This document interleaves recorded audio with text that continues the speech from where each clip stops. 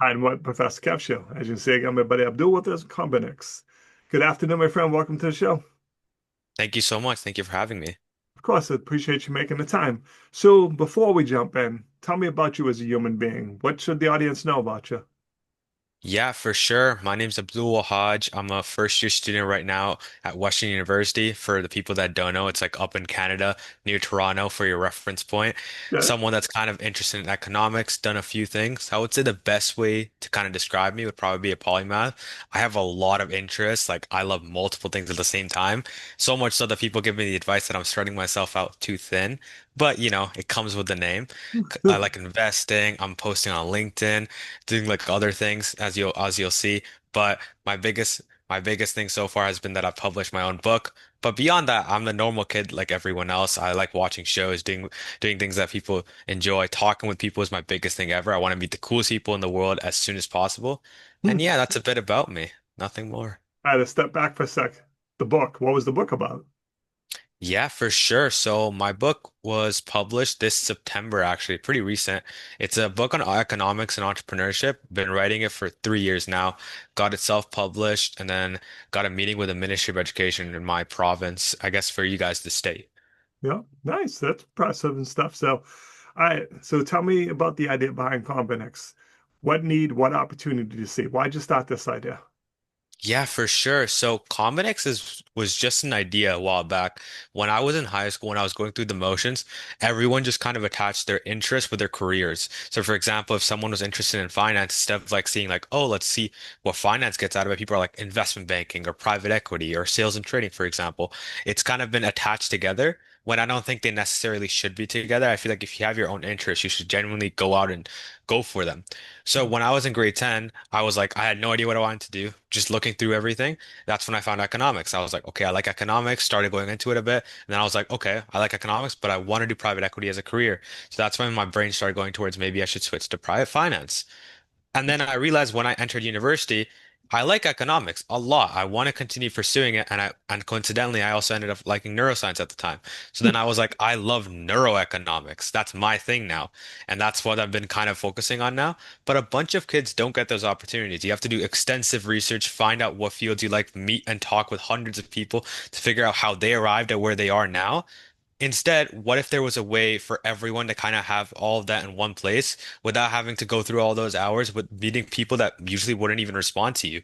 That's where Commonix was born. It's a way for you guys to basically meet the younger generation, high school students and college students especially, to kind of meet with speakers currently, which is happening next month, May 1st, where there's gonna be 30 speakers. You're gonna meet with every single one of them. You'll get to ask questions, they'll give you a deliverable, and the person who does the best top three will get an opportunity to speak with some of the speakers that we host. So it's an opportunity for you to meet the people that you look up to, get some money, and actually make some good because the deliverable will be things that you actually get to implement on. For example, it might be make a LinkedIn post for today. What did you learn from the chat today? It's all stuff that you can learn from. That's the top purpose. I literally just my eventual overall goal for Combinex is to become the Khan Academy for niche interests. So we'll see how that goes. But right now, I would say I just want to bridge the gap between helping the people that have multi-passions to find their true interest rather than attaching it to its career path. I like that approach because it's beneficial to the speaker too. Because sometimes it can get a little overwhelming when people like, hey, can I talk to you? I would love to make time for you, but there is only so many hours in the day. So hmm an event like that where you can jump on and talk to, a number of people in a limited time also is very good for the speakers too.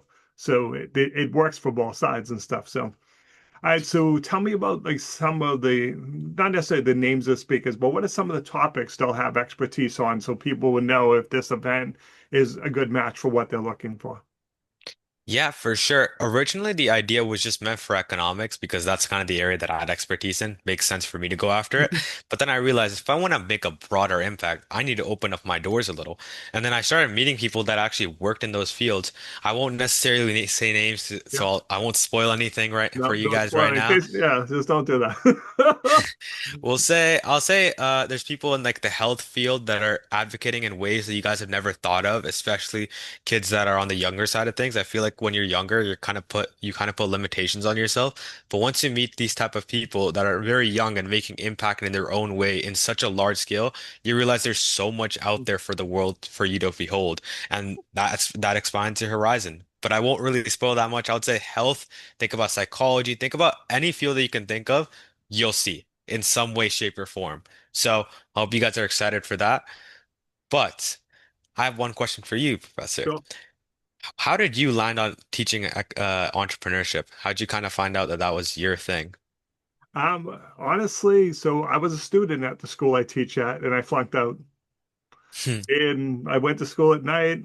I started my networking group. I met a woman who worked at the university, and she put the thought in my head. She's like, "You have a lot of experience. You're a good Hmm. talker. You should be a professor." And I Hmm. literally sat there like giggling because I had flunked out of the school and now I'm a professor. So, but it found me, to be honest. I mean, when she told me, I was scared, and I'm like, I call it my redemption story. To go Hmm. from flunking out to being able to stand in front of the room is kind of a pretty big achievement and stuff. So when she said it, I just was shaking my head going, "Oh, I'm so like, I don't want to do this, but now I have to because I Yeah. have to, go full circle and stuff." So it found me, honestly. Favorite part about teaching. The reason I'm asking you is because So, like my later down the road after I've kind of done what I want to do, I want to become a teacher, kind of yep. inspire the younger generation on a personal level. It's the outside of class. It's helping you, hey, you need help with an internship. You just need life advice. Class is fine, but I like the connection and having students come back to me 2 years later, like, "Hey, Kev, remember how you said you'd help me? I need it now." And that's important to me because it shows I did something right. Because you haven't been in my Mhm. class in 2 years, you've interacted with another dozen professors after me, but yet you still thought enough of me to come back. Mhm. So it shows I did something right, at least in my eyes. Everyone else said no. That's my joke. The other 8 professors said no, so you came back to me. So yeah, that's my favorite part. It's good to be reliable. I feel like that's what most students look for. Whenever I'm looking at like the teachers that I like talk to the most, I would probably say the ones that like are open to like helping out whenever I need them, or just genuinely just having a good conversation. It's like outside of their teaching, it doesn't go into their pay. Just helping out just for the sake of helping out are probably the best teachers. So it's good that you encompass that for sure. But to take that from the professor side, it's important for you to build that relationship so that when you do need something, it's a natural ask because you and I Hmm. talk all the time. So, hey, Kev, versus, I brand myself as Professor Kev. And when I first started, I was Professor Willard, like everyone else. And if you Hmm. email me and call me Professor Willard, I know you have no idea who I am. Hmm. It's just like, okay, you've missed the last couple of years and stuff. So, all right. So, what's the best way before we go? Tell us one more time when and where the event is. How can people register for it? Yeah, for sure. So the event starts May 1st, goes until May 30th. 30 days, 30 speakers. You guys be here for a wide range of disciplines and what such. And to make it even better, even if you're across the world, you could be in South Asia, you can be in Canada, you can be wherever you want. The event's fully virtual. I'll send out the timings and everything like that. We'll post it on my LinkedIn. And that's a great segue into if you want to reach me, it's Abdul Wahaj, ABDUL space WAHAJ on LinkedIn. That's where all like the event news, all the posts are going to be coming out. I hope to see everyone there. It's going to be great. It's my first big thing that I'm hosting. I hope to get the coolest people together, make people learn. That's my goal. And thank you so much for having me. It's a great goal. All right. Thanks for coming on the show. And as always, thanks for being my friend. Thank you.